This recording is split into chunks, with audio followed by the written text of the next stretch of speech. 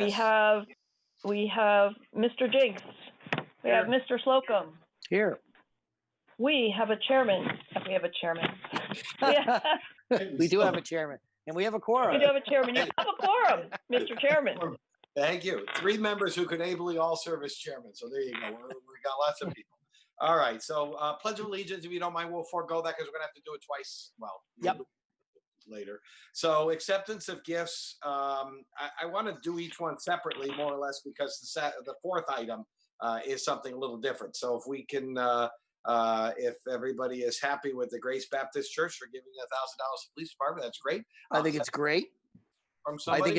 I think it's interesting to also make note of the fact that Grace Baptist Church is not the one with the parking lot consideration. Right. We talked about that. Not that it matters, but there's another church opposite Chapman School that happens to be a Baptist church. Yeah. So that's from them. All right. And very nice. All right. Is there a person who would like to move? We recommend this to the full council. I move it. Second. Mr. Jinks. All right. All those in favor signify by saying aye. Aye. Passes unanimous. The next item is to approval to apply for the 2021 Historic Document Preservation Grant in the amount of $7,500. You may recall our town clerk briefly mentioned this in her budget presentation, that this helps with the cost of getting some of our documents on electronically available and preserving them and allowing them for research and for searching more easily. So it's a continuation of a long time project. I move we do that. All right. Mr. Slocum, would you like to second that? I will be happy to second that. Good. Are there any questions? Seeing none, all those in favor signify by saying aye. Aye. Passes unanimous. Now, the next couple are gifts. So we could do those together if you want. 5 through 7. 5 through 7, is that what you're talking about? Well, 8 also is a gift. Another gift from the Grace Baptist. From Grace Baptist. Yep. I think we could do those together. All right. That's a motion. Is there a second? Second. All right. Any questions on any of those gifts? The generous gifts are? All right. Then we'll move to a vote. All those in favor signify by saying aye. Aye. Passes unanimous. All right. Next item, discussion of possible action regarding the Board of Ed request for $200,000 appropriation to the recently established non-lapsing account. They have saved well over $200,000, but they've saved $200,000 that they're now asking to put in this new account, and that will allow them to spend it the next fiscal year. Quite frankly, the reality is they want to spend it on some COVID-related additional expenses that weren't known at budget time during July for extra coursework and extra help for students that will need it because of the really tragic way the school year had to end and the lack of interpersonal education. So I think we set this up at budget time. We did, David, but that was specific. I thought the understanding was that it was special ed related. I thought that it was special ed. Are you? It's expanded upon that, or no? So far as I know, it was majority was special ed. I don't know literally that all of it is, which is fine. But I thought that's how it was more or less understood or presented to us during the budget process. Yep, that there were going to be mainly special ed expenses that were carrying over to the summer because of the way the year ended. So for me, it's their budget dollars. It's theirs to do what they need to. Well, and it's great they saved it, but it's got to be used for essentially the same purpose it was saved from. Right. So somebody move, we recommend that to the council. I'll move that. Right. Second. Great. Any discussion or questions? Now, just a quick question. Sean, you had a comment? Oh, just only a quick question, which is I was asked earlier whether, and like you said, it's relatively straightforward, but if you needed anyone from the Board of Ed, Jeff or Vin could jump on tonight during the meeting if needed, but it seemed like I told him. Yeah, I don't think so. I think we're fine. Okay. Yeah. I think we're fine. We talked about a budget time. This is part of the deal that they save the money. They need the money.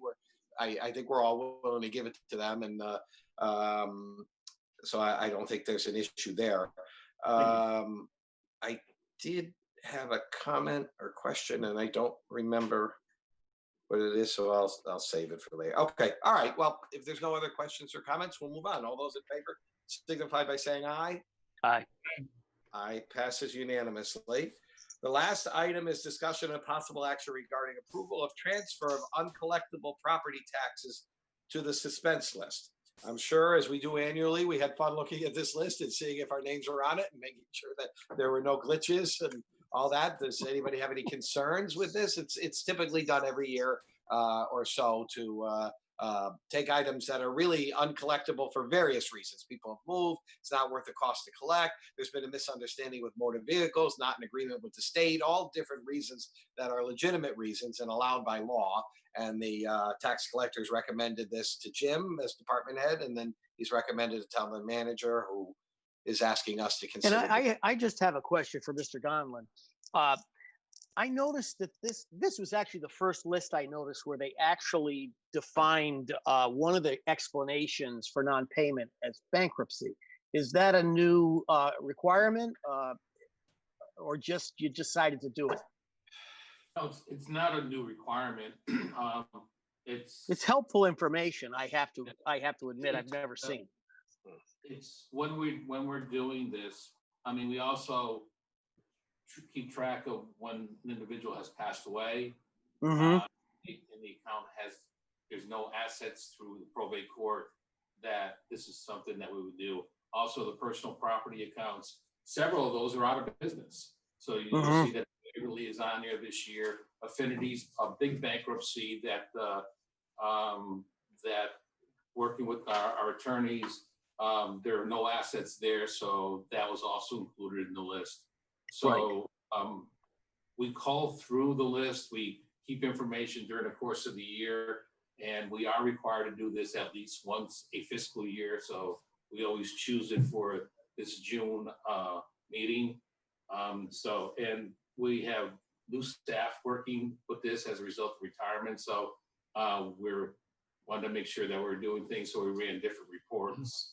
And when we did, it was easier just to kind of add them on or try to, as opposed to Gotcha. put them into the others. I actually just found it useful. It's just background knowledge that kind of says it all. You know, I appreciated it. And remember, these accounts also get turned over to our collection agents. Right. Understood. So they get the same information. So a bankruptcy account, they will not pursue. Right. The deceased, they probably won't, because we've already told them there's no asset. And the businesses we're told are actually closed. So we try to help give the best information so that they're not spinning their wheels at the end also. Right. Ask a question real quick. Sure, yeah. Just out of curiosity, is the value of what's on the list this year up or down or relatively stable, or how's it look? It's pretty consistent. Yeah. Hold on, I do have all that information. I don't know if that was supposed to be in my packet or not. I don't see anything about that. I'm not sure I gave the breakdown. I can get that to you. It is a spreadsheet that I do have available. So as an example, last year we suspense was $61,000. The year before that was $48,000, 54, 59. So this one up a little bit simply because I had $8,000 in businesses that actually are closed that we normally wouldn't include in the list. So we run in that $50,000, $60,000 range. And it's primarily uncollectible business taxes? No, also, most of it's motor vehicle. Most of it's motor vehicle. Okay. All right, thanks. You're welcome. All right.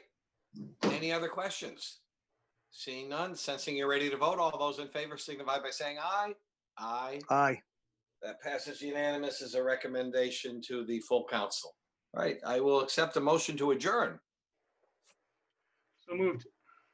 Oh, wait, before I do that, if I may, for a moment, I want to talk to us as the budget committee first before it gets mentioned as the full council. And the town manager and I have worked out a schedule where we're going to have next Tuesday night a budget meeting, unless there's a big problem with dates. I just asked him about it yesterday and the date worked out. Jim, I don't know, or Tim, I don't know for sure if that works with you guys, but Yeah, I am keep fine. it to a Tuesday. You're fine. Jim, do you know if next Tuesday, 6:30, you'd be available for budget meeting on the capital budget? We'll review the items again. We kind of touched on them during the operating budget, and I'd like to 16th, right? Correct. Yeah, that should be fine. Good. All right. So then we'll do it 6:30. There are 21 items, I think. So I can't imagine, since we've already briefly went over each during the operating budget time, that we can't review each one for 5 minutes and still get done at a reasonable time.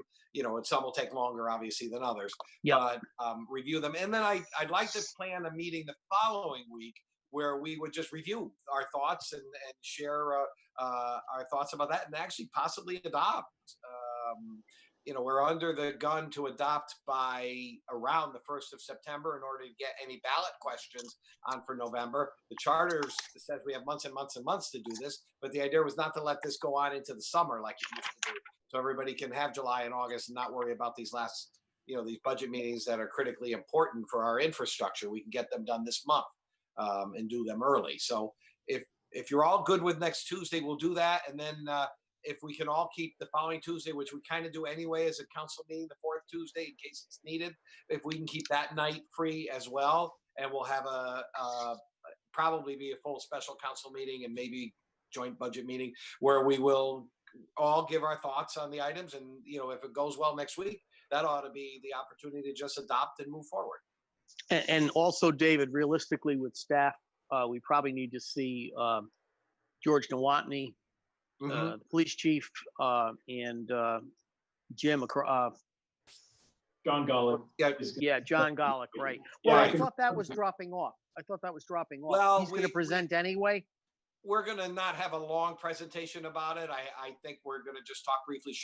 Should we postpone it? And I think it's pretty obvious we probably should. And I think we absolutely have to, just between you, me, and the shoebox. But I guess the presentation is in order, but not a long, detailed one, because it's a project that is not really ready because we haven't had the public input we had hoped that was supposed to come in March as the pandemic hit.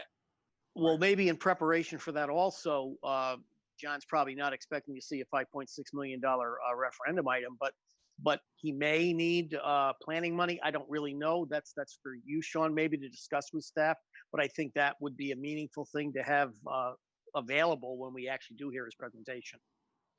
I don't even know if there's a component of that involved in this because they've been using planning money to come up with this plan, right? Right. We've had the planning money as part of the consultant, and as David was just saying, the intention was to present this. I think we even had it on the books initially for February. Ironically, somebody got, one of the consultants got the flu, and we bumped it out another couple of weeks, and then all of a sudden we couldn't have public engagement sessions like we had planned. So right, we have a whole bunch of great, documents and images and a lot of great proposals that we can't wait to talk through with the council. It's just going to have to probably pause for a while. So yeah, I'll talk to John and see if there's anything in the interim that we would need, but I don't see it as a budget. Okay, that was just a consideration, I thought, in case we needed to think about that or be aware of it. The only, I have no other issues with the capital budget thing, but I did have another item just to share with the committee, if that's okay, David. Sure. Well, it only had to do with some anecdotal information I had from a banker today regarding to expectations on what we may get with escrow payments. I believe, Sean, you thought about 51% of the collections for taxes came through escrow funds or some ratio like that. That's what we put forward. That's what we put forward. Yep. Right. And this particular person, who was a high-level person in a bank, noted that they were running about 20% of their banking population that had taken advantage of not paying their mortgages. And as a consequences, they're not paying their escrow payments and they're not paying their insurances that might be associated with that also. And while they may have consequences, he said there's no way the bank is going to be paying the escrow payments that have not been made. So I'm only making this known because we may actually see a reduction or a foreshortening of the actual escrow payments that we may have expected on individual taxpayer accounts that are held as a mortgage payment. Sure. That's just an FYI. Not sure how the really big banks handle it. This is a local bank with several branches, but nonetheless, I thought it was interesting information. No, definitely. I appreciate that. And it's something we're certainly keeping our eye on, and we'll have to see how that progresses as we put that through the cash. And I'm still not worried, Tim, about cash flow. I think we. And I understood that too, but it's just, you know, our expectations are our expectations, and we Yeah, just may yep. be a little surprised by that, yet I know we can support it. Yep. And you said, just so I heard what you said he was seeing about 20% taking advantage of the That's mortgage what, deferments. yeah, and he was actually a little surprised by that. you Yeah, know, I'm a little he- surprised by that. He Do you was know if that surprised low- by that. Is that, it would be hard to tell, but I imagine it was Cheshire, it was not Cheshire specific, I assume. a No, local- this was not a area. local Cheshire bank. This was not a local, was not a bank in Cheshire. Okay, all right. Well, we'll certainly give, I appreciate the feedback too, and we'll keep our eyes on it. Yeah, I just thought I'd share it with the group, that's all. Yeah, no, it's a concern. All right. Well, then we will, I think we're ready then to accept a motion to adjourn. All those in favor signify by saying aye. Aye. Aye. Oh, okay. I think I jumped the gun there, but okay. Arnett will fix it and make it work right. All right. Well, I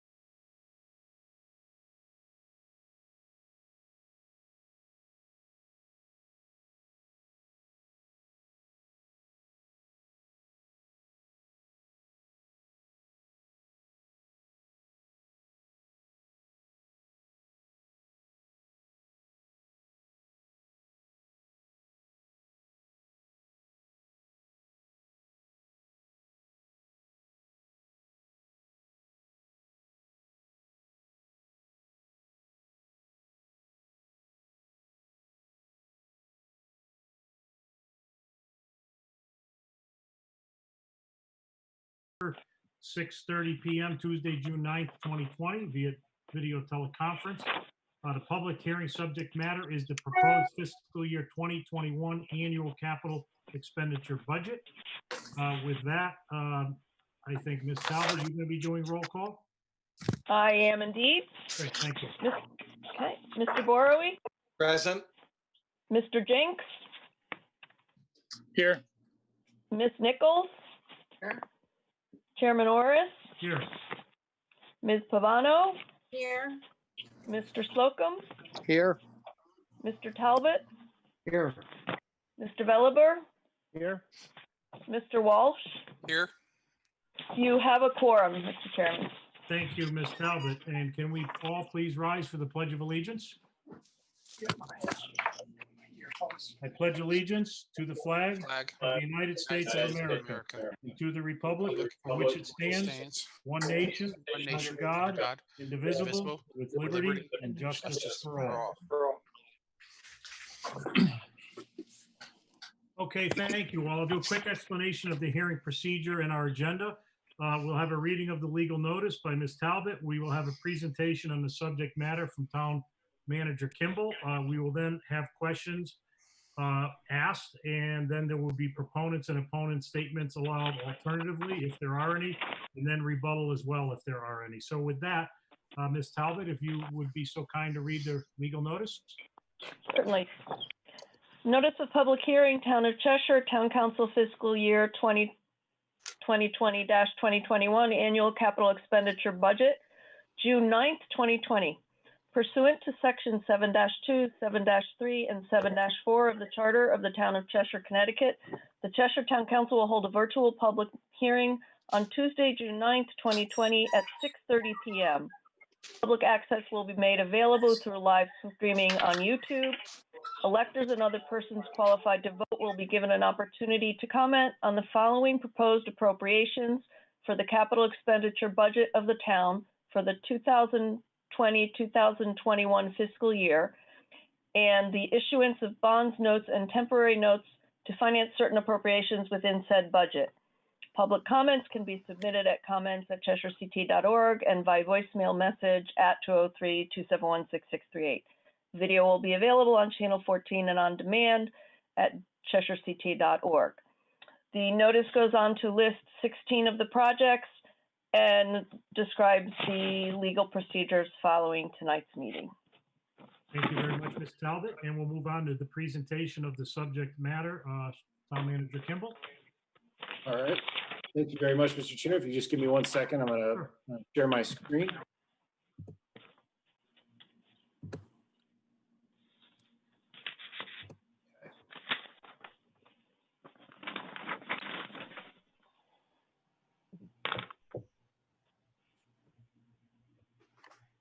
There we go. All right. Can everyone see that okay? Yes. All right. Okay, good evening, everyone. I will present the proposed 2021 capital budget as part of this public hearing presentation. Hopefully this isn't delayed, but I'll be clicking through the slides here. Just a little context, and again, everyone's very familiar, and for the first year, we're doing this really directly on the heels of the operating budget, as these were presented at the same time back in March. But as everyone is obviously well aware, we've been in unprecedented times now, and frankly, managing the COVID pandemic throughout the entire budget process that we just concluded with the operating budget. But I do think it's worth noting that this budget, along with the operating budget, were presented really in the first week of March, just around the time that we were starting to close things up. And in many respects, the world's a very different place today. So I put that in context, as that'll certainly inform, I'm sure, a lot of our discussions as we go forward. But two other significant initiatives that the town's been engaged in over the last year: school modernization and the act and the charge of the School Modernization Committee to look at the long-term future of our school facilities, but also the recent development of a Bartlam Park South, or the former Chapman property, master planning effort, which was really well underway last winter, and was culminating in March with what we were very much looking forward to was going to be a public engagement session and series of sessions as we present some proposals for Bartland Park South and the long-term future of the entire area there. But again, unfortunately, and related to that first item, COVID, a lot of that was put on hold. It's hard to have public engagement sessions at this time. So that'll certainly inform one of the items in the capital budget that we'll talk about more in the coming days, I'm sure. Just a little context, and I apologize to the council that I've seen a lot of this presentation a couple of times, but I'll go through it quickly for anyone else watching or new to this. The town of Cheshire's done an excellent job over the years of controlling our debt service impact over the years, making use of both very careful planning and fiscal responsibility, and also the use of various reserve funds and strategic use of one-time funds to really bring down the total general fund impact of our debt service. These capital projects we'll be talking about tonight and in the coming days are largely funded through the issuance of bonds that are paid back, not unlike somebody's maybe home mortgage, through series of payments over 20 years. So that percent of budget that we allocate towards debt service is down to about 6% right now, which is really great. And it's one of the primary reasons, among a number of others, that we hold a AAA bond rating, something that we're very proud of. Again, a chart the council is very familiar with. We've been doing a great job, again, of using some of these reserve funds and strategically sort of blending in the impact of of larger capital projects. Most significantly in recent years was the water pollution control upgrade. And so with a lot of careful diligence, the council over the years has tried to smooth in the impact of that added debt service, but knowing full well that a lot of the debt service is coming to the extent that the reserve funds aren't going to be able to last forever. And I know this is something the council's talked about extensively, including appropriations, actually as noted there in the third footnote, if you can see, and what's actually not reflected in these numbers on the chart, because they're not really balanced numbers, they're showing future drawdowns, is about $716,000 worth of additional debt service reserve. Sean, could I interrupt for just a second? The slideshow's not presenting on my screen. I'm not sure if you've moved it from the original, but I'm sitting on the proposed budget, and you've been talking about charts and stuff. Have you moved? Have you been advancing things, and I'm just not seeing it? Let's see. I'm seeing. Is anyone else having the same problem? I'm not seeing it either. I'm not seeing it either. Yeah, it's just page one. Just wanted you to know I'm paying attention. Oh, well, that's great. All right. That's strange because I assumed it was purposeful. It certainly wasn't. We're looking at the screen here in the room. So hold on one second. Let me just try to take what's odd, Sean, is the main picture is just the first page, but off to the left, I can see the individual pages. You haven't started this slideshow yet. Okay. Okay. Let's try. I just thought we were on the executive summary, so that's all.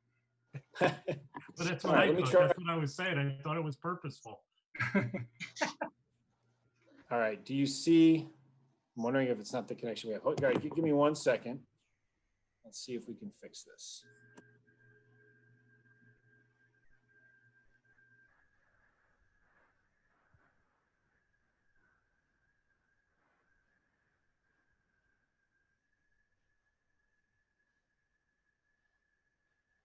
All right, do you see a budget context slide now? Yep. Yes. Yes. Okay.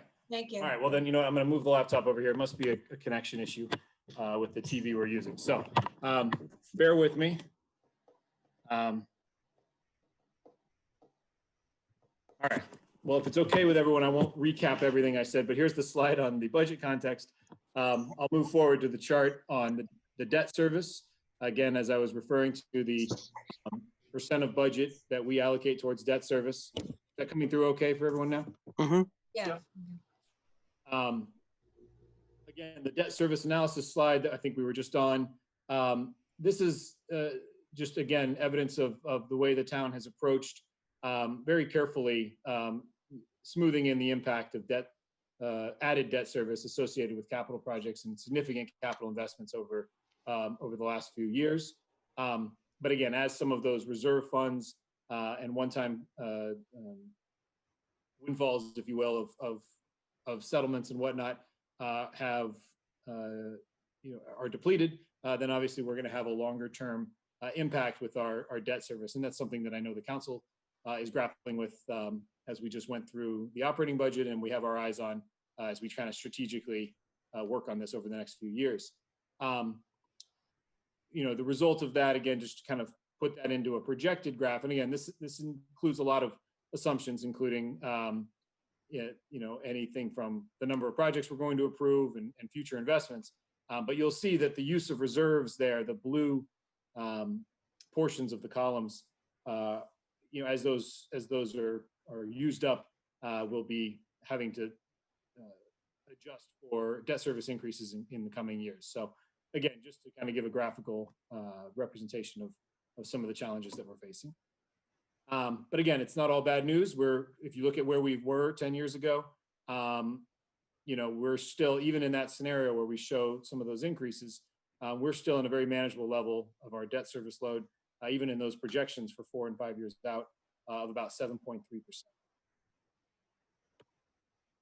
So just a little bit about the 5-year capital budget plan. Again, historically, we've done this in the late summer. By charter, the capital budget needs to be adopted by November, but in order to have a November referendum, any larger projects over 500,000 or in aggregate over 500,000 when combined to prior years need to really be approved by the end of August in order to have them on the ballot with the required 60 days notice. So this year, for the first time, not anticipating the COVID pandemic, but we did commit to presenting both budgets at the same time, again, consistent with our charter, because again, it says no later than some of the dates. Typically, the manager presents a capital budget no later than July 15th. We did present it early, but again, for obvious reasons, we didn't dive deep into this while we were grappling with the operating budget. So this includes, the 5-year capital plan includes both projections for 5 years and also the first year of which is what we actually ask for an appropriation in any given year. So that's what we'll be focusing on, I'm sure, through this process.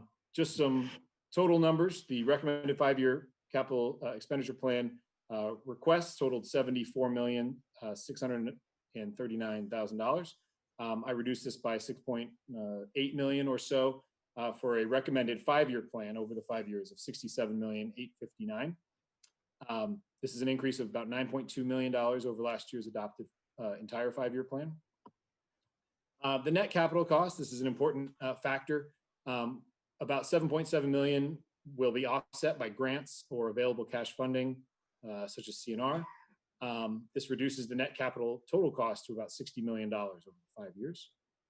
And just for some historical context, the adopted 5-year capital improvement plans have averaged about 53 million gross and 44.39 million net, again, over the last 5 years.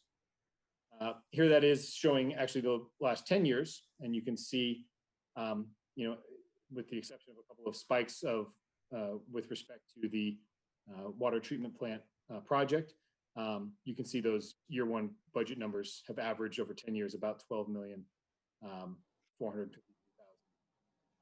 and the net impact of about 6.88.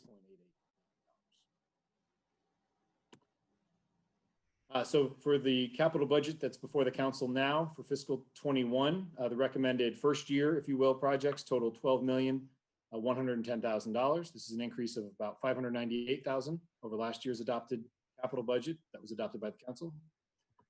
I know the print's a little small on this screen. I apologize. This is right out of the public hearing notice, but these are the 16 projects that total $12.1 million. They include the Technology Reserve Fund appropriation for replacement equipment, vehicle and equipment replacements across a variety of departments, capital planning funds for various larger projects for building assessment and design, a boiler replacement at the fire station and police station, HVAC locker room improvements at the police station, streetlight pole replacements, a public works dump truck and plow, public works non-dump vehicle and equipment totaling $160,000. The road improvement program is proposed to be a $2 million expenditure for this year. Sidewalk improvement program at $200,000. The new MS4 state required stormwater disconnect program.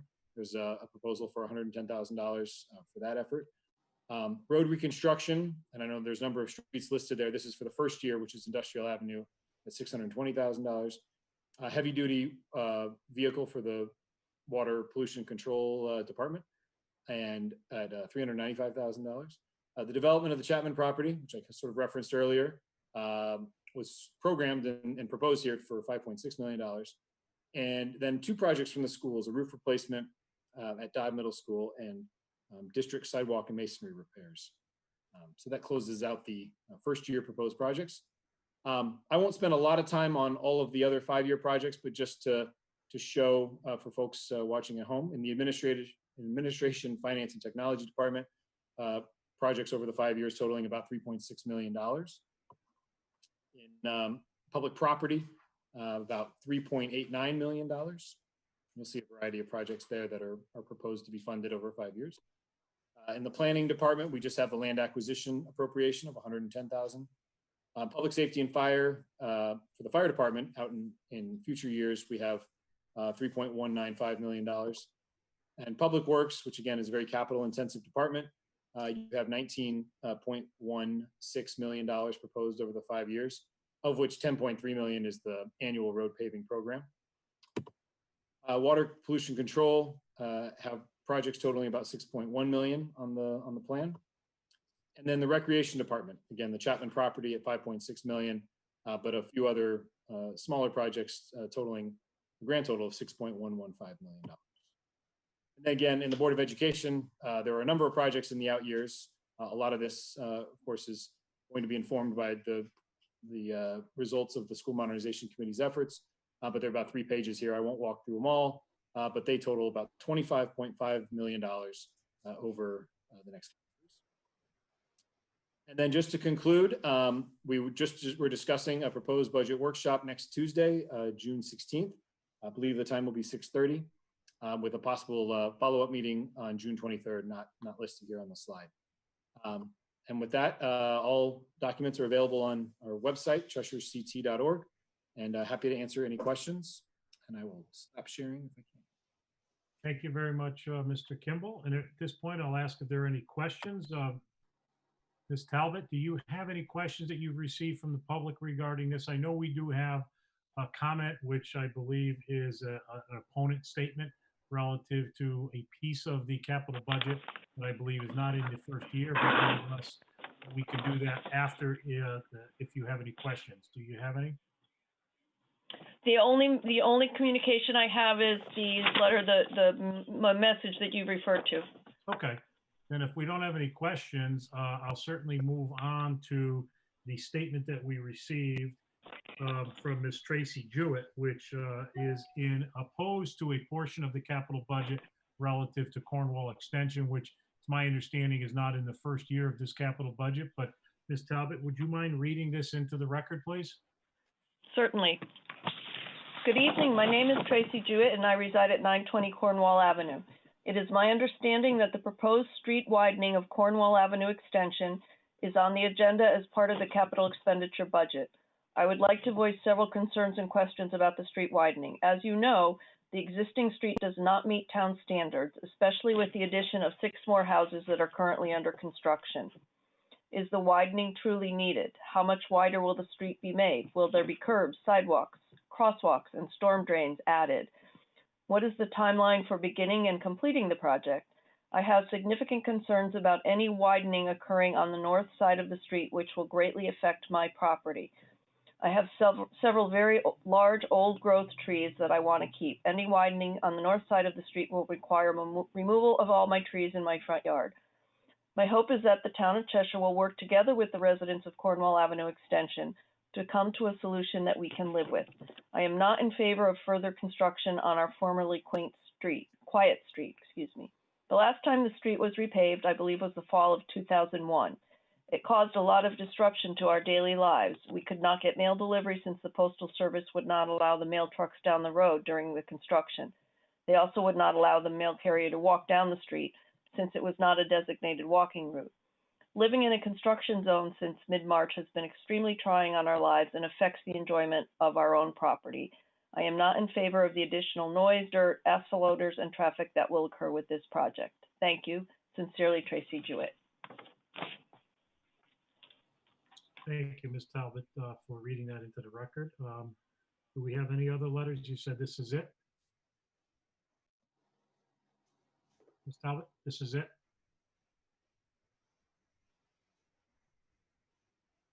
Hello, can anyone hear me?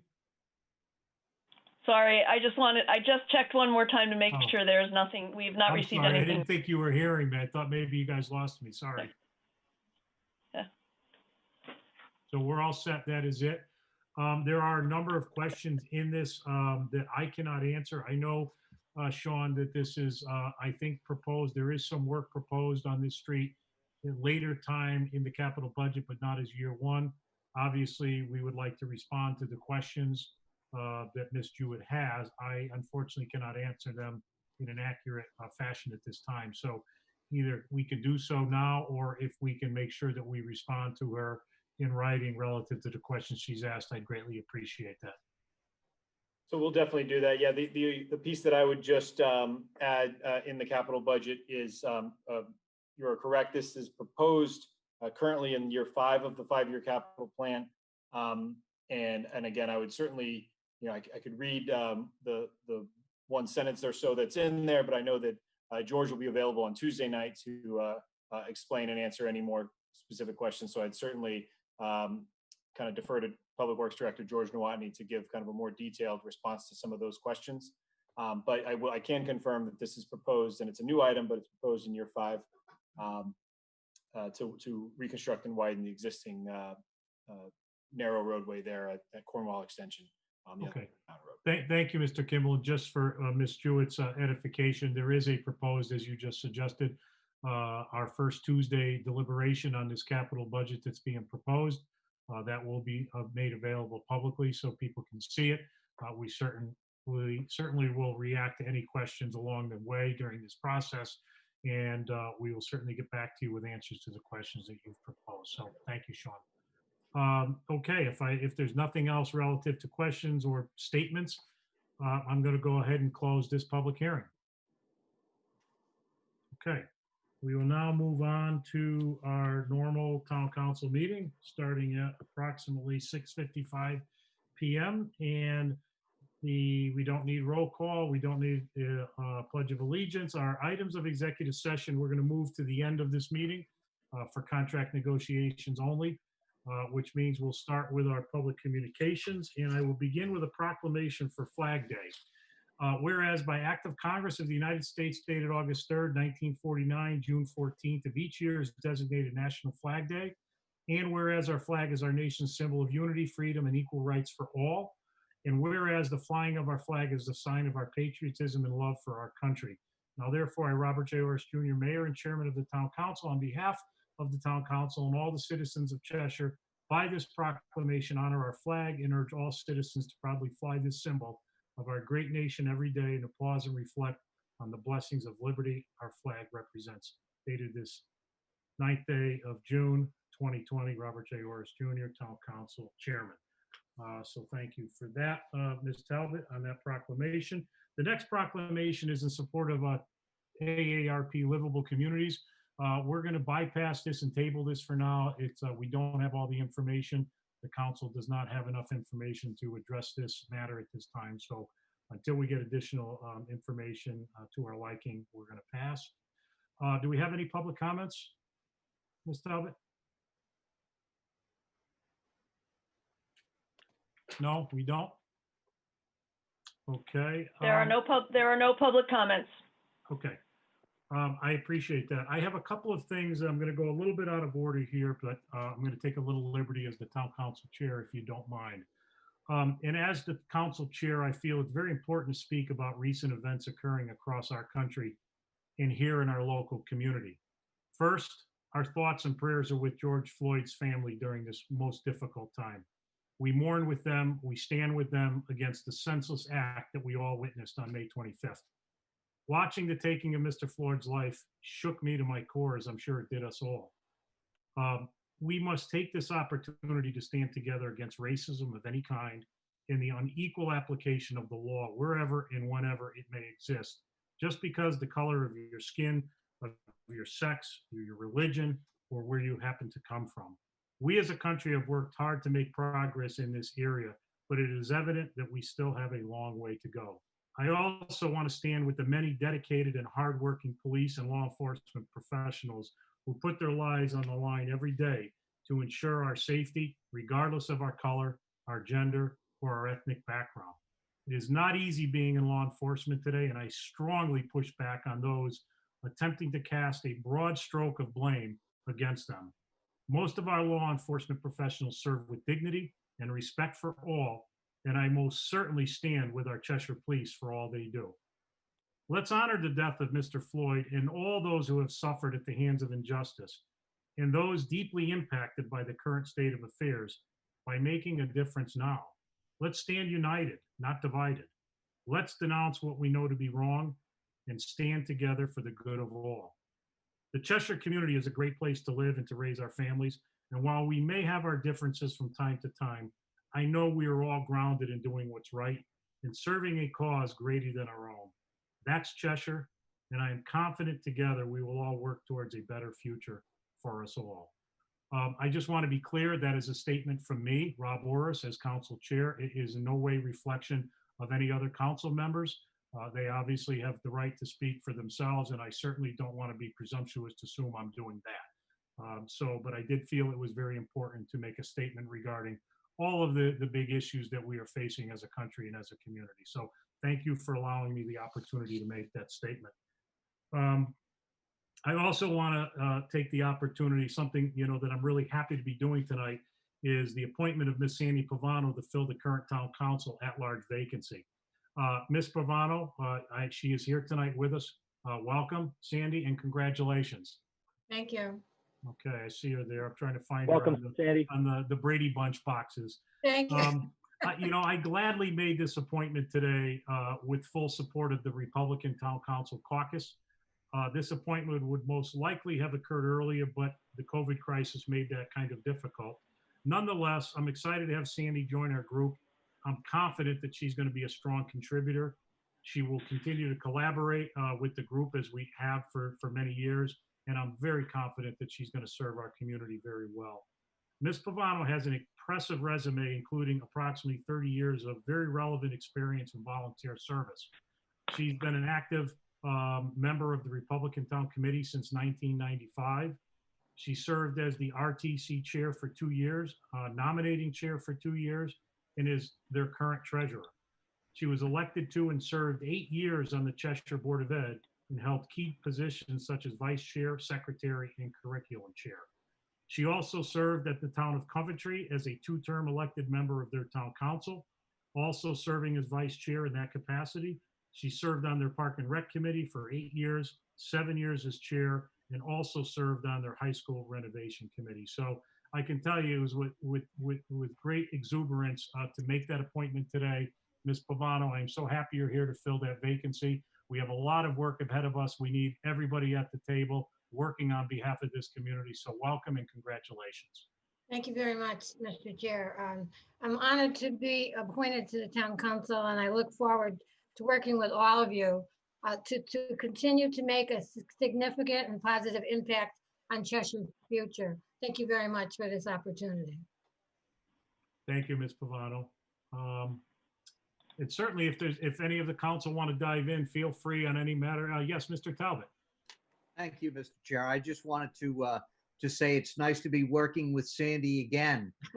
We were on Board of Education together what seems like an eternity ago, but Yes. welcome. Yes, we We were. look forward to your contributions. Thank you, Peter. Okay, with that, we're going to move on to approval of minutes of the regular meeting of May 12th, 2020, special meetings of May 12th, 13th, 18th, 19th, 26th, and 28th, 2020. So moved, Mr. Chairman. Looks like Mr. Slocum and Slocum. Mr. Talbot, correct? Correct. Okay, any questions or comments on the minutes? Seeing none, with that, I'll call for a vote. All those in favor? Aye. The motion passes. Oh, and I apologize, Ms. Pavano, are you going to be abstaining? No, I will from not these be votes? voting tonight because I was just sworn in today, so I will not be voting tonight. Okay, Thank you. so you are already sworn in and you are in the meeting, so the vote, we have one abstention and we have 8 in favor, so the motion passes 8 and 1 abstention. So thank you very much. We'll move on to consent calendar, Mr. Barry. Mr. Chairman, I would move the consent calendar for June 9th, 2020. Second. Okay, that's, I'm sorry, Mr. Veliver, thank you. Thank you, Mr. Barber. Are there any questions or comments on the consent calendar? As always, very generous donations from members of the public and businesses to the town of Cheshire, so thank you once again. If there's no other questions or comments, I'll call for a vote. All those in favor? Okay, the motion passes 8 in favor and 1 abstention. We're going to move to, let's see, new business, acceptance and appropriation of an aggregate of $800 in donations to COVID-19 assistance program. Mr. Barwi. Mr. Chairman, the Budget Committee earlier recommended adoption of this by the full council. Be it resolved that the Town Council approves Resolution 060920-2. Be it resolved that the Town Council accepts and approves the following donations totaling $800 to the Human Services Gift Account for the COVID-19 Assistance Program. Barbara Christoph, $500. Ann and David McBain, $150. George Nowotny, $150. Second. Thank you, Mr. Talbot, for that second. And again, once again, we've got a number of very generous people. It's just impressive to me, those that keep giving during these tough times. And we see a number of our town employees doing this on a regular basis. And certainly on behalf of the entire town council, we thank them for their generosity.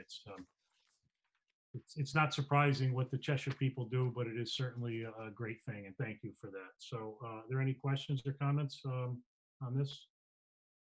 No. Seeing none? Okay, I'll call for a vote. All those in favor? Aye. Motion passes 8 in favor, 1 abstention. We are going to move to item B, which is call for public hearing regarding the 2020 Neighborhood Assistance Act program submissions, and I'll handle this. Be it resolved that the town council approves resolution number 060920-3. Be it resolved the town council shall hold a public hearing to consider submissions to the 2020 Neighborhood Assistance Act program applications. And be it further resolved, the town manager shall cause a notice of said public hearing to be posted and published according to law. And be it further resolved that the date, time, and place, or any postponements thereof shall be determined by the town manager with the approval of the chairman of the council. Second. Thank you, Mr. Veliver. Okay, is there any comments or discussion on this public hearing? Seeing none, I'll call for a vote. All those in favor? Aye. Again, the motion passes 8 in favor, 1 abstention. Thank you. Okay, we're going to move on to item C, discussion and possible action regarding the Board of Education request for a $200,000 appropriation to a recently established non-lapsing account. Mr. Barwi. Mr. Chairman, it's deceptively small, and I'd like to comment afterwards, but be it Of course. resolved that, they're short, I should say. Be it resolved that the Town Council approves Resolution 060920-4. Be it resolved that the Town Council appropriates $200,000 of unexpended funds from the fiscal year 2019-2020 operating budget into the non-lapsing unexpended education funds account. Thank you, Mr. Barwi. Is there a second? Second. Thank you, Ms. Nichols. Sorry, Dave, it looked like 2. Mr. Barwi. Yes, it's You beat me. deceptively short, but very important here. The Board of Ed has been a good steward of the town funds that they were given, and they saved significant money this current year, and unfortunately, much of it was due to COVID, but they are in need of $200,000 for expenses that are going to occur over the summer, which is the next fiscal year after July, in order to catch up for some of the educational plans, mainly with caused by the COVID. So they're asking that we can put this money in a fund that they will then spend next fiscal year. And we had talked about this during the operating budget process and during our workshops, and this is fulfilling what we had talked about. Thank you, Mr. Barwe. Are there any questions or comments from members of the council? Okay, seeing none, think it's pretty simple. As you said, we talked about this a lot during the budget process, so we're all familiar with it. With that, I'll call for a vote. All those in favor? Aye. Okay, the motion passes 8 in favor, 1 abstention. Thank you. We're going to move on to 9D, which is discussion and possible action regarding the approval of transfer of uncollected property taxes to the suspense list. Mr. Barre, once again. Yes, be it resolved, thank you, Mr. Chairman, that the town council approves resolution 060920-5. Be it resolved that the town council approves the transfer of uncollectible taxes as presented and attached to the suspense tax book. Thank you, Mr. Barre. Do we have a second? Thank you, Mr. Walsh. Mr. Barre? Mr. Chairman, this is done approximately annually, and it is a review by the tax collector and forwarded to the finance director, who forwards it to the town manager and asks us to consider items that they are not able to collect taxes on, such as bankruptcies, that the personal property there is no longer able to be collected, personal property taxes is no longer able to be collected, or disagreements with the motor vehicle department on whether the vehicle really was registered or not. All different reasons, deaths, all different reasons why these items are not collectible. They're mainly small items, and they are being asked that they get transferred to the suspense list. They could someday be collected if it ever came up, but it doesn't stay on the active collectible list. And therefore, it keeps our books in order, and we get a truer picture of our financial situation. Thank you, Mr. Barr. Were there any questions or comments from members of the council? Oh, I'm sorry, Mr. Walsh. I just have a quick question, because this list is extensive, and is there a way that people can just check to see if their name is on that list, just to see? Because it could have just been an oversight, if the misspelling of a name or something like that. Or is this something that we keep private, and the only way they could tell is if they call and see? Well, I don't know if town manager wants to amplify. It's not something we would spend the money, because I don't think we'd see a return on the money if we were to pay for an advertisement in the paper. I'm not asking for a paid advertisement. I'm saying if we put it on in our website or something. Oh, town manager, it can that be arranged that this be put on our website? Yeah, it certainly could be. I'll let the tax collector speak to any of the other aspects of that, if you don't mind. Good evening. All records in the tax office are public information, so anybody can come and view any of the information on file. Pending your approval of this will then be provided to the town clerk tomorrow, and it'll be on file in the town clerk's office for all to see. This is all done, out in the public. These are records or accounts that we're unable to collect. We may know where you are, just that you're not writing the check to us. It does clean our books, as the councilman said earlier, gives us more true picture of what our collectibles are. But more importantly, that the accounts are now turned over to a collection agency. So the effort to collect on these has not ended. A life of a tax bill is 15 years.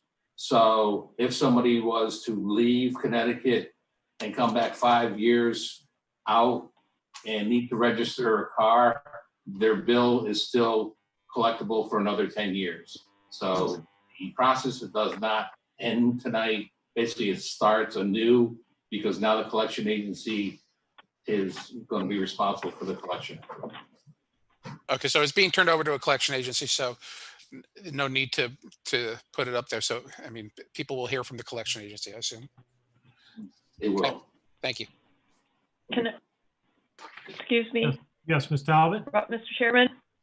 Yes, Ms. Talbot. The information on the entire packet has been posted under our virtual documents for virtual meetings. The link is on the main page, and it is part of the packet. We can also separate it out and publish it in a probably easier way to find, but we can do that as well. Thank you. Thank you, Ms. Talbot. And I think we all laughed about this. We all quickly looked at it, made sure none of us were on it. But anyway. So did I. So thank you for that presentation on that. Are there any other questions or comments on this matter? No, seeing none. Okay, I'll call for a vote. All those in favor? Aye. Motion passes 8 in favor, 1 abstention. Thank you very much. We'll move on to 9E, which is discussing impossible action regarding the Register of Voters salary request. Ms. Nichols. Thank you, Mr. Chair. This is a request that comes to us every 2 years from the Registrar of Voters as per state statutes, and we have to approve their salaries for 2-year periods of time. And so we're looking at approving salaries for 2021 and 21-22. And they have indicated their request, so the council can consider this. And you've all had the paperwork, but for the public who's watching, their request comes with this comment. Their Ms. workload. Nichols, can I interrupt you for a quick second, if you don't mind? Can we get the resolution on the floor first? Oh, do we want to do that first? Yeah, Okay. if you don't mind, I'd appreciate it. Thank you. But I don't have the figures on this because they were not filled in the resolution. Yeah, it was 0 and 1 was what we were doing. Right, but it is for an annual compensation of $1 amount that's listed in the resolution, and that is not there. Do we need to include that? Ms. Talbot, do you have that? If you read the resolution there. Yeah. Yeah, Yeah, I'm and working on it. apologies, but we do need to get the resolution done Before we tonight. discuss it. because we have a Okay. timing issue, Okay, so, that makes sense. yeah, my apologies in jumping in, but I want to get. That's all right. No, that was right.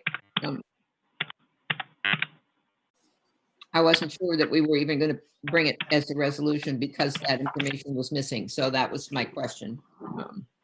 Well, the math is easy on the first year. Right.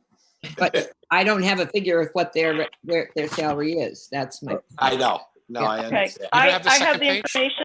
I Okay, believe it is expressed as a percentage. I don't Right. think you have to have the dollar amount.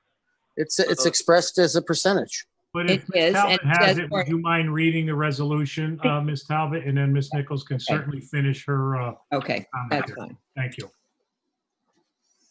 Okay, so if I heard 0, the current salary is 24,186. Okay, So if the increase is the second year, if the increase is what percent? 1%? 1% is That would be, okay, that would be 24,428. 4,000. Okay, That's correct. okay. So those were the numbers. Now, do you want to read the resolution or do you want me to do it? Doesn't matter. I don't care. Rob? Go ahead, Ms. Nichols. Okay. Be it resolved that the town council approves resolution 060920-6. Be it resolved that the town council approves a 0% salary increase for the registrar of voters for the period January 1, 2021 through December 31, 2021 for an annual compensation of $24,186 to be paid on a bi-weekly basis. And be it further resolved that the town council approves a 1% salary increase for the registrar of voters for the period January 1, 2022 through December 31, 2022 for an annual compensation of $24,428 to be paid on a bi-weekly basis. Thank you, Ms. Nichols. Do we have a second? Second. Thank you, Mr. Walsh. Back to you, Ms. Nichols. Okay, so for the council's consideration, we have discussed this and we feel that this is a fair representation. We're asking that many of the people in town are working harder and extra hard this time because of the COVID crisis. And we cannot do an increase this year, although we appreciate the big job that they do.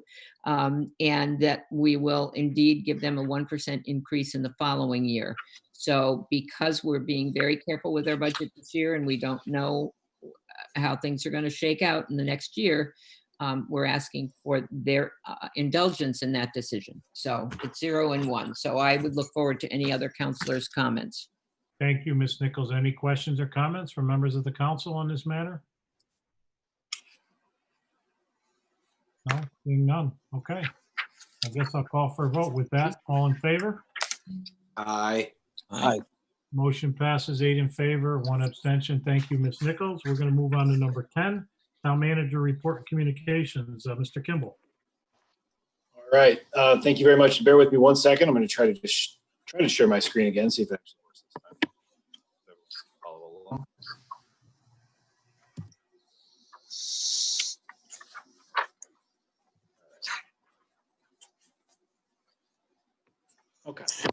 come through okay?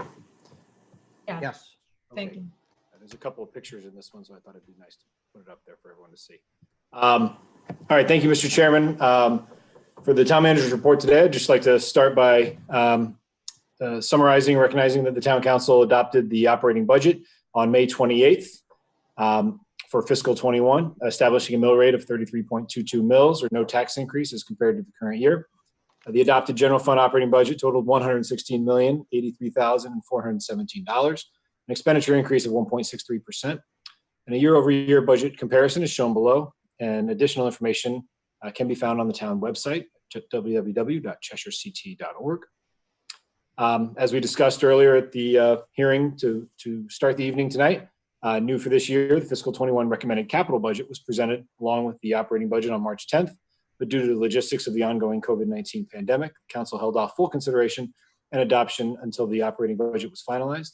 Tonight's meeting included the public hearing on the capital budget. We anticipate budget committee workshops will begin next week. And as we updated earlier, that will begin next Tuesday, and it sounds like the following Tuesday as well. Just an update on the Bartlam Park Kids in Motion playground improvements. The playground is receiving some much needed improvements thanks to the town council's capital appropriation last fall. The failed fencing was previously replaced, and now upgrades to the entire playground are proceeding, including replacement of 6 pieces of equipment. Most of the damaged poured-in-place surface material will be replaced with ADA-compliant pre-engineered wood fiber mulch. The new equipment is ready to be installed once the site work being done by DPW is complete, which should be in about a week. Additionally, as folks have probably seen around town, the tennis and basketball court upgrades have been progressing well and should be complete within, the pickleball and tennis courts at Cheshire Park should be completed by this weekend. The 3 basketball court upgrades are complete. Now we're just really waiting on the governor's Sector 2 reopening guidance, which we anticipate, the guidance does indicate that basketball in some limited fashion outdoors will be permitted after June 17th. So more to come there, but we are fortunate to have some nice new courts here in town, and I think they turned out pretty well. So, and I just want to highlight, I know we've been releasing a lot of information with respect to the town of Cheshire's reopening or expansion of services plan, as most of our services remained open throughout the pandemic response. But I did want to highlight some, so if you'll bear with me, I tried to summarize a lot of the much more voluminous documents that we've put on the website and released in public. So just at the outset, I wanted to say that the town of Cheshire is committed to ensuring a safe environment, as safe an environment as possible for our residents and employees as we provide essential services to the public during this ongoing pandemic. Employees in most town facilities who were working remotely or who took leave were directed to return to work on site, with accommodations made for those employees in high-risk groups or over the age of 65 on a case-by-case basis, with the current exception of the library, the community pool, and the Yellow House. Face coverings, gloves, hand sanitizer, disinfectant wipes, and thermometers are being provided to employees. Social distancing and other accommodations per official guidelines have been made. Visitors to the facilities are required to wear face masks, face coverings for the safety of employees, and other visitors, unless doing so would be contrary to the visitor's health or safety due to a medical condition, and must adhere with social distancing requirements. Town Hall, the Fire Department, and the Recreation Department over at the Youth Center building are open for services, although the doors do remain locked to monitor entry. Visitors should call the door area, which is posted on a large sign outside of the front door, to be led into the building by a staff member. There are a limited number of visitors per office and facility allowed. Residents and businesses are strongly encouraged to continue to utilize electronic means to conduct transactions with the town. The police department lobby doors are unlocked during business hours. The records division is open to the public. Fingerprinting services are available for pistol permits by appointment only, and additional fingerprinting services that aren't currently available, although it's pending additional state guidance we expect in the coming days. The senior center is available for necessary services on a limited basis and by appointment only. Home visits are suspended until further notice, but transportation is also available for in-town required medical appointments. The library, the pool, Arts Place, and the Yellow House remain closed to the public until further. Library services and Arts Place, as well as the youth programming, continue to provide a variety of online offerings. The Governor's Sector 2 reopening guidance does allow libraries to reopen after June 17th, provided they have adequate safety protocols in place and physical modifications have been made and finalized. The guidance also recommends that those over 65 should not visit libraries until further notice. Again, some of this guidance really just came out this past Sunday, so we're still going through it and making sure that we're in compliance. As the council is aware, the library roof and HVAC project that proceeded during the closure should be completed within the week, which will allow staff back into the building to continue the interior preparations. The library is targeting curbside book pickup, which should begin before the end of the month. And Chespricott also visited the library last week to provide additional guidance and recommendations on the physical space inside before that area is open to the public. And I should just reiterate at this point, we've been working very closely with Chespricott, who've been wonderful partners in all of this. And the guidance certainly is proceed, carefully and cautiously wherever you can, because this is really an evolving and a very careful response, as we want to make sure we do everything as thoughtfully as we possibly can. Speaking of which, the community pool will reopen once all required procedures and installations are finalized, again, with the assistance of Chespricott. They met to review the pool plan just last week. We have additional meetings on that tomorrow. The liner project is close to complete, and the pool will begin to be filled tomorrow. Similar to the library, again, the Sector 2 guidance does allow municipal pools to reopen June 17th once all requirements are satisfied. We're beginning to bring back staff and lifeguards for additional training and developing required pathways and markers, as well as sanitizing schedules, protocols, and capacity allowances. If all goes to plan, we hope to have the pool open before the end of the month as well. Restrooms in all facilities and outdoor areas are currently closed to the public. Daily cleaning and disinfecting and weekly deep cleaning are being conducted in many facilities. Social and other gatherings are restricted. The current limit as allowed by the most recent governor's executive order. Town parks are open with some restrictions, the exception being playgrounds and basketball courts, which will remain closed until that guidance changes. Mixville Park is open with about 50% parking capacity. However, the beach and water areas, the pavilion, basketball court, volleyball sandpit, and the playground remain closed at this time. There will be no facility rentals currently through June 30th, although this date could be extended as we continue to monitor.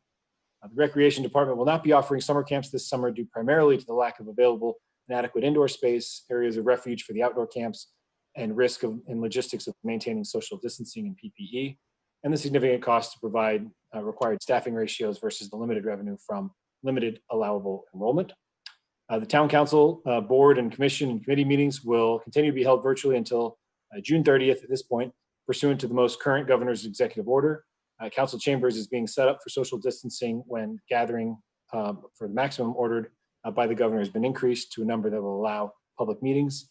The town will follow current and updated state and freedom of information guidelines for all public access to meetings. Social distancing and face coverings will be required for all in-person meeting participants. Hand sanitizer is being provided and microphones will be disinfected. And again, this plan, and these were really some highlights from the plan, is subject to change as we continue to evolve our response. So that kind of summarizes a lot of information with respect to our expansion of services plan. Just a little more information, as people are aware around town, the milling and paving is ongoing for the round 1 of milling and paving. So if you've driven in Mountain Road in particular, you've seen some detours recently as the work is progressing. And with that, I just have a couple of the dates on here we've talked about, June 16th, and also School Modernization Committee meeting next Wednesday, June 17th, as I try to highlight some of the upcoming meetings. And with that, I will stop the share. So I know that was a lot of information at once, but I hope that answered some questions. It was a lot of information, but it's good information. Thank you, Mr. Kibble. Any questions or comments from members of the council? Mr. Talbot, you have your hand up? I did. Thank you, Mr. Chair. I know Mr. Slocum was in too, so I'll jump in first. Oh, no, he was first. He was first. Okay, thank you. Sean, just, I know that you sent out today, and it's certainly positive news. So, the announcement that you sent out from Chespricott that there were 0 new cases of COVID-19, the first time that's happened since March 26th. So good news, and I think something for us all to be a little bit encouraged about anyway. That's correct. Yeah, that's for the Chespricott region. So it's very, very positive news. And like you said, first time since March 26th. So that's great to hear. Yeah, we'll take our victories where we can get them. You got it. There's not many these days, and hope we can keep the run going here. So it's the beginning of a long streak, hopefully. Is that it, Mr. Talbot? Okay, Mr. Slocum? Two things. Sean, number one, the bathrooms being closed at our parks. I presume that means the one along the linear trail and places like that are also included in that? Yeah, they are for now. It's interesting you bring that up. We're having a meeting about that tomorrow morning. That's one of the real. It just seems absurd to me. I just want to register my opinion. Okay, go ahead. Yep. Well, Sorry, I just think we should just be moving on. There's a lot of impacts of social, well, what I should say is public safety and sanitation and things like bathrooms, I think are very important if and when they're available to the public and the town is paying for it and has built those facilities. I think we're under an obligation, if we have parks open, to have some availability of those services. That's just my opinion, and maybe it's not science-based or fact-based, but the science is changing every day, and the experts are proven, or they're not proven wrong, but they keep restating what they think. And I'm just getting a little tired of it, and I think we have to consider other aspects of public health, and that's one of them with the bathrooms. Yeah, understood for sure. And I think I would, again, we are having a discussion about this, about a variety of options we have for our public restrooms. And again, as you can imagine, this is also impacting the ability to have some of the sports and leagues start up again, something we're very interested in doing. And we're looking at a variety of options and seeing what is consistent with the guidance from our local health officials and also the governor with respect to whether, again, we're lucky, and in fact, the council just kind of has almost closed the book on a series of investments with our local park restrooms, and they're all in great shape, and we're looking forward to having those available to people. One of the challenges that we've grappled with is the requirements with the constant sanitation and cleaning, and so trying to get our arms around the best way and the most cost-effective way to keep those clean. And we've looked at what a lot of other towns are doing. I was actually on a call earlier this morning with respect to antibacterial fogging devices and other things that people are purchasing for this exact purpose. But we are working very hard on it. And it's really, like I said, it's a critical thing we need in order to expand even further some of our access to the parks for the league and the organized sports. So, in addition to the trail bathroom. The other question I had was on the designation of Mountain Road as a bike path. Maybe that's a cynical way of putting it, but I noticed about a month ago, I think it's been a month already, where Mountain Road, I believe from Cornwall North, to me looks like it's been indicated that it's a bicycle path, a bike route. We all know it's a thoroughfare that we've been trying to control traffic on. We also know that on a Sunday morning pre-COVID, you could be blocked by many bicyclers, on bikes using Mountain Road as one of their routeways. But I was just curious about how it got designated with that type of painting on the road that gives me the impression it's a bike route and cars better, watch out. Sure. I mean, as you know, Mountain Road has been for the police department, the most frequently complained about, if you will, high-speed road. It has a speed limit at 25 miles per hour that's frankly just unrealistic. Those indicators are called sharrows. They are not a bike path, so to speak. It's indicated that as bicycles are allowed to be on the road as well, they're entitled to share the road with cars. That is more of a reminder to those using the road. And if you'll notice, the painting marks on the sides of the road are also narrower. Again, there's been a lot of complaints, and frankly, during COVID, there's been even more as people are out and about using their bikes. We've had a lot of complaints from folks up and down Mountain Road about speeding and some close calls with cyclists and whatnot. So that was something the police department had been looking to do for a while and move forward with as part of a speed mitigation effort. I'm not a fan, I guess. I don't get it. But that's just me. Maybe I'm just an old curmudgeon. But anyway. I don't know if anyone's going to answer that there, but I see Mr. Jinks waving his hand. Go ahead, Mr. Jinks. Yeah, I just wanted to comment. I've obviously the sharrows to me are a great addition to that route. It's it is a road where people drive too quick for the conditions, and the bike indicators. It's not intended to be. It's not intended to indicate it's a bike lane. It's just intended to indicate that there will be bikes on the road, so it makes drivers more aware of that. I mean, I've personally, since I've been biking on that road, I've already perceived that drivers are being more careful there of bikers, of myself. So it's something that does. It's used around the country in cities and towns to not only to provide a sort of a minimum level of sort of safety for bike riders, but it's really more about indicating to drivers that they're likely to see bikes on the road. So like Sean said, it's kind of a speed mitigation strategy. Thank you, Mr. Jenks. Mr. Slocum, you have more to add? Tim, you're muted. I appreciate that, and I guess I did completely understand it, but it's sometimes these things show up, and it's kind of like, well, what the hell's that all about? To pardon my French.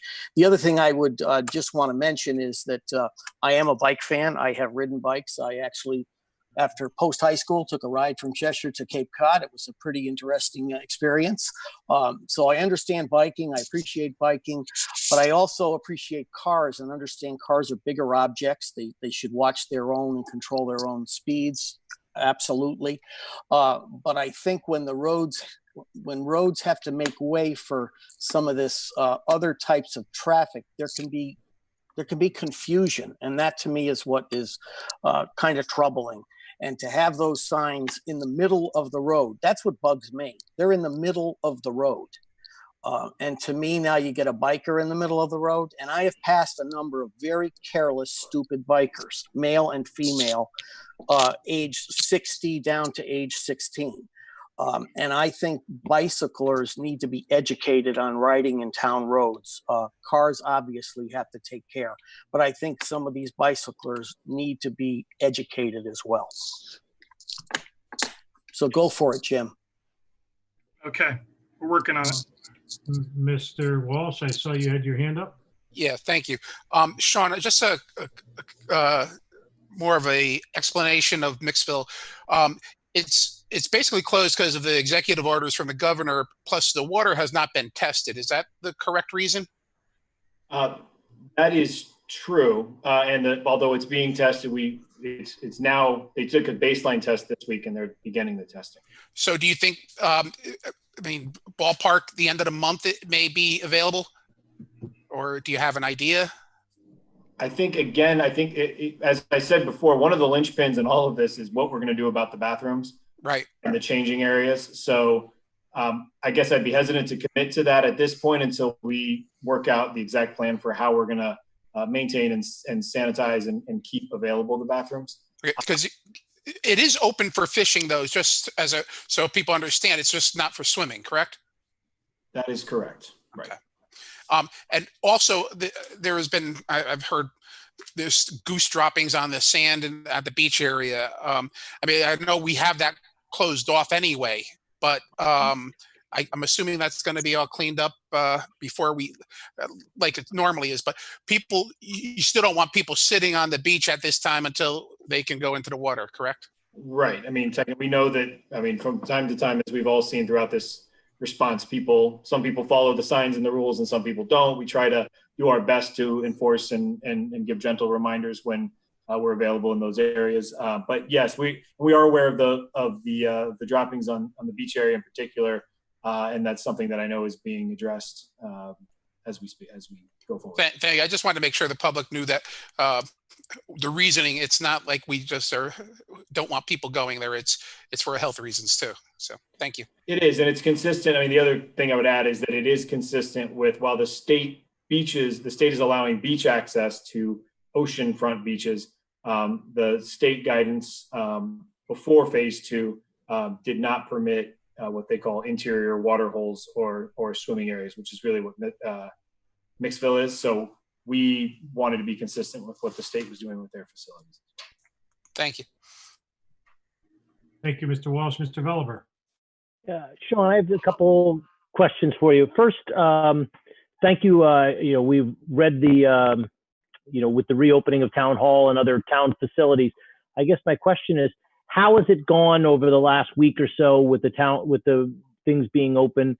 Has it gone well? And you had sent out a bulletin about here's what we plan on doing. Here's the procedures that we use for different things. And I'm just curious, how have you found over the last week or so it to have gone? And also, have there been any changes? Has reality set in? Like, here's what we said we were going to do, and here's what the reality has caused us to rethink those issues and redo. Sure. So, well, I think a good example of that, you may recall, initially we were targeting June 3rd as a day we would open the doors, so to speak, and the public could come in, and we would have, right when you walked in, a staffed desk that sort of directed you and made sure no one else was already, say, in the assessor's office, and you would wait in an area and whatnot. As we tried to work through all the logistics of that, frankly, we realized for the added effort of all of that and the expense, frankly, or time of moving somebody there, if somebody just gets let in by the department they're going to see, they know best. It kind of eliminates the middleman, if you will. And we've found, in answer to your first question, traffic's been very light here. I think people are still, there's a lot of activity that happens while people wait in their cars. Some people don't want to come into the building, frankly, but if they want to go, I'll see the town clerks out throughout the day, taking something from somebody's car or whatnot, moving, documents through. So I think that kind of door side service is working pretty well. I think a lot of people are making use of our online services. For us, we wanted to make sure we had a plan, and again, there's no playbook for this. If there is, my predecessor didn't leave it for me, but we're trying our best to course correct wherever we needed to. But I do think we wanted to make sure we had a play. Not only were things starting to open up and expand, and we as a municipality were kind of leading the charge as compared to a number of others on some of these. We wanted to make sure we have good plans, and we've tried things and things are in place before tax season and other times that you could get longer lines. But we're here. Even with June is dog license season, we encourage people to remember to license your dogs. But while typically that's been a busy time, people are making use of the online version, with the small surcharge and the mailing options. So at least from my perspective, it's been going as well as we can. We don't get a lot of complaints. I don't know if you're hearing a lot of complaints or not, but we haven't been hearing them. So I think for the most part, we're willing to kind of try this for a little while longer, and then hopefully we're pretty much ready. A lot of our town counter spaces, if you are in town hall, you'll see plexiglass dividers and areas where people could exchange documents. And again, to be clear, we're open now. People can come to the door. They want to come into the tax office and pay cash and get a cash receipt. We have all the stuff in place for that to happen. We just realized it's hard to limit the access into offices. The hallway isn't, 15 feet wide. So it's easier to kind of just take people at the door and guide them through the process. So ultimately, you're finding so far anyway, although it's almost like a soft opening, that things are going well. Are you finding that most employees are comfortable with how things are? And obviously you said it's slow because maybe some of the people are they're not coming in. I just want to make the reason I asked ultimately, someone asked me who actually works in another town, is it came up with someone asked me, they said, I work in another town and we're going to be opening up, and they're kind of like, well, how's it going in Cheshire? They were kind of, because they were sort of a little nervous about, well, what's it going to be like? And so I just wanted to get a feeling from you, like, how has it been for town employees to actually be opening up and having public again? And so it sounds like it's going fairly well. And I was just curious if there had been any significant variations from what you put out as, here's how we're going to do this versus here's what we found in reality. And so I'm glad so far, anyway, it seems to be going fairly smoothly. Yeah, I think so. Look, there's certainly anxiety. I'm sure there is with every business that's opening. And I think there are certainly folks more comfortable with it than others. We're certainly working through some issues in the library and other places, just especially those areas that, again, the traditionally library, and we're lucky and blessed to have a very popular library. But you can't have, again, as we try to slowly open some of these things, you can't just throw the doors open and say, we're going to allow hundreds of people in, and the exchange of books and everything that comes with that. So we got to make sure we have all the proper, procedures in place. But at the end of the day, we're an essential business, and we feel like it's our obligation to provide these services the most effectively and safely that we can. And I think employees understand that, but certainly the devil's in the details. And there's been a lot of desk moving and folks, behind plexiglass and moved around a little bit. And we're doing everything we can. And I give, Lou Zullo, but especially Arnett Talbot, an enormous amount of credit for really trying to communicate one-on-one with a lot of employees to work them through any anxiety they have. So I think we're doing everything that we reasonably can, and we're confident that we're going to be able to continue to expand our services in a thoughtful manner. Thank you, Sean. And one other question, unrelated to this, but I saw some postings online. Maybe obviously this might be more of a Board of Ed situation, but it does affect the town. There seems to have been some vandalism at the Cheshire High School, some painting purportedly done by Southington people. That's the allegation, because there were S's and blue paint on certain things done at the high school. And I wasn't sure if there had been much more looking into that, if there had been any investigation, and if you knew anything much about it. So I just thought I would ask that, because I saw that and I wanted to see if this is something that could be just something stupid, or was it something more just something bigger than that. I don't know. I certainly did. I heard about it yesterday. I understand it's probably not wise to comment too much on the investigation, but I believe there's plenty of camera footage that may or may not be able to assist folks in the investigation. But I think other than that, I couldn't comment on the progress of the investigation. But I am aware that what appears to be blue Southington, or a coincidental S, is painted in a number of areas. Okay. All right. Thank you. Sounds like a break from social distancing. Yeah. Other questions or comments on the report from Mr. Kimball? No, seeing none. I have a couple just comments. First and foremost, Sean and Arnett and Lou and all your staff, I want to commend you all for what I perceive to be a wonderful job working us through this COVID crisis. You guys have been working around the clock. I see your cars there late. You're doing everything you possibly can to do what's in the best interest of this community and to keep all of us safe, especially those in our community most vulnerable. And that is a very difficult task.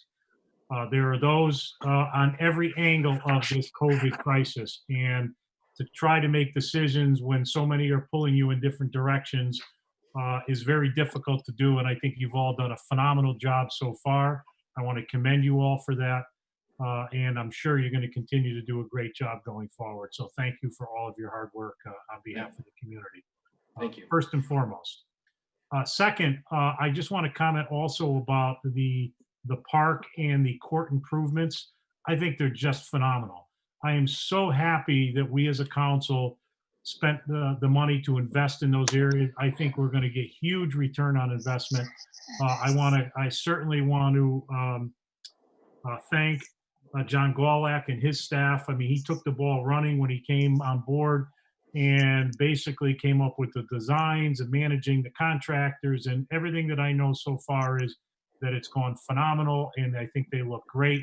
And I think the community, I've heard from so many in the community thanking us for that investment. And I think it's really something that we needed to do. And I'm so glad we all got behind that. So thank you for that.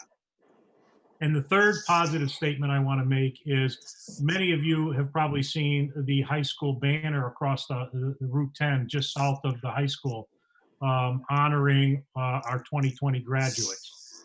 And we received a call from some of the parent people seeing if we could assist in getting a banner up to honor the kids who unfortunately haven't been honored that well, who are graduating. And if you noticed, you saw that big banner went up just south of the high school across Route 10 today. We had so many from the town that dove right in, never asked a question, and said, absolutely, what can we do to help the kids? And Sean Kimball, it's you and your staff. It's Jack Kasner in the Cheshire Fire Department. It's George Nowotny and Rich Pruitt at Public Works. all of you guys all just jumped in and did whatever it was necessary to get that done for the kids. And I can tell you, I know their parents and those kids especially are really appreciative of that effort because they missed out on so much this year. It's a little way that we as a community can honor them, let them know how much we support them. And every time we drive by it, I think it gives us an opportunity to think about them. So thank you all for assisting. It may seem like a little thing to some people, but from the parents that I've heard from today, it is absolutely not a small thing. One mother called me who was waiting in line. Whoa, and Cheshire Police Department. I'm glad I thought about it. Cheshire PD was there as always to help shut down one lane while Public Works got up in the air and did what they needed to do. So thank you to the police department and Chief Drife and his staff. But the call I received was from a mother sitting in the line, waiting in the traffic because one lane was cut down. And she said, she was actually giddy because she was in the car with her graduating son watching it go up. And it brought a huge smile to the entire car. And, that's what we're all about. That's what our community is all about. That's why we're always in stuff together, shoulder to shoulder. And as I said earlier today, we have some tough stuff that we're dealing with for a variety of reasons as a country. But I know our community is always going to stand strong. We always do, and we stand together. And that's just another small example for some, but to me, it was a huge example. And, I just want to thank everybody who didn't even bat an eye and just jumped in and got it done for the kids, because that's what we always do. So that's all my comments. Yes, Ms. Nichols? Ms. Nichols, you're muted. Right. I support that 100% as a grandmother of one of those graduates. And I think I have not seen the sign across Route 10, but I just want to make sure that the people who put all the individual signs out for each senior also are included in that, because as you drive up Route 10, there are 300 plus. I don't know how many graduating seniors we have, but all of the signs are there and the kids are going out taking pictures with them, and the parents are checking out to see if they're where their kids' sign is. And that adds to that big sign that goes across the road. And I think it was a good shot in the arm for all of them who are a little bit disappointed by what's happened. But it was great. I agree. Support 100% all of those people who worked so hard to do that. Absolutely. Thank you, Mr. Veliver. I see everybody shaking their head, so I don't think we have any disagreement on any of that. No. So thank you for all involved. Are there any other questions from members of the council or comments on the town manager's report and communications? No? Okay. Seeing none, we'll move on to reports of committees of the council. Chairman's report, Ms. Nichols. Personnel is going to bring some things to you shortly. And we are working on Sean's goals and objectives going forward, and we'll keep you posted. Great. Thank you, Ms. Nichols. Mr. Slocum? No report. Mr. Veliver? The ordinance committee has sort of been on a little hiatus due to COVID, but we will be coming back. We have a few things on our agenda that on our plate, and we may be adding a couple more. So ordinance will be meeting again soon. Thank you, Mr. Veliver. Mr. Barwi? Mr. Chairman, thank you. Your town council is working very hard through the budget committee and others, and we have laid out our budget committee and council workshops for the capital budget coming up next week and possibly the week after. So government is still in action, working on your behalf. Thank you. Thank you, Mr. Barwi. And Mr. Walsh? Solid waste, we'll be having some discussions in executive session, but other than that, nothing else. Thank you, Mr. Walsh. And with that, we'll move on to number 12, miscellaneous and appointments, liaison reports. Ms. Nichols? No report. Mr. Slocum? No report. Mr. Veliver? No report. Mr. Jinks?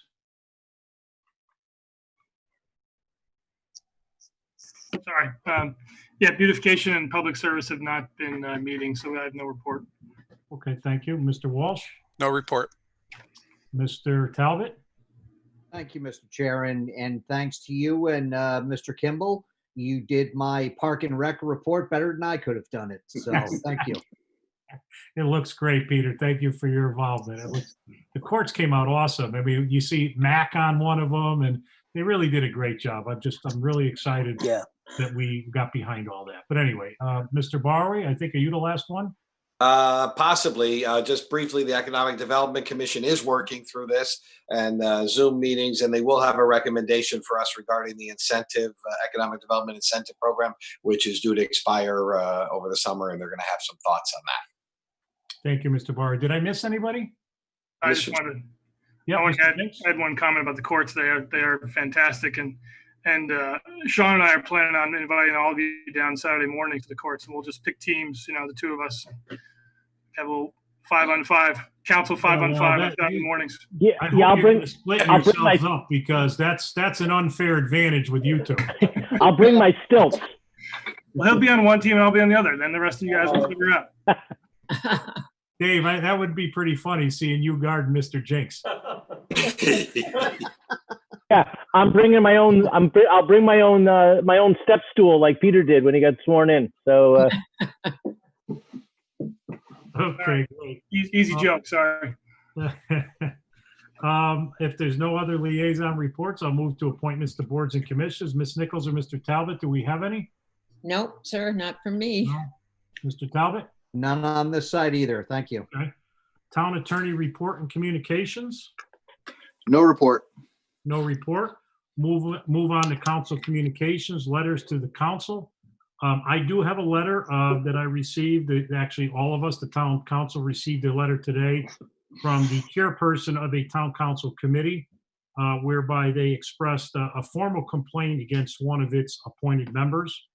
And as I understand, under state law, the town council must discuss the detail of this complaint in executive session. And since that letter was received today, the council will be unable to discuss this in tonight's executive session. But we'll most certainly be taking it up as soon as we possibly can at the next available opportunity. So I just want to make note of that. Attorney Smith, anything to add to that in your opinion? Trying to unmute there. No, nothing to add. Okay, thank you, sir. Are there any other letters to members of the council? That's the only one that I have. Okay, seeing none, there's no miscellaneous. So with that, we're going to go back to executive session. I'd love to get a motion to go into executive session to discuss contract negotiations to include our town manager, Kimball, our assistant town manager, Talbot, our personnel director, Lou Zullo, our town attorney, Al Smith, and obviously all of the council members. Is that all we need, Sean? You know what? Also, Bill Volker and Jerry Sitko are on the line. Okay, and Mr. Volker and Mr. Sitko. Great. So with that. So moved. Thank you, Mr. Veliver. I have a second. Second. Thank you, Ms. Nichols. All in favor to go into executive session, include all those Aye. individuals? Aye. Motion passes unanimously. Thank you. We'll be going into executive session. For those that are watching, when we come out, the only item that we'll be dealing with is adjournment of the meeting. So thank you all for watching.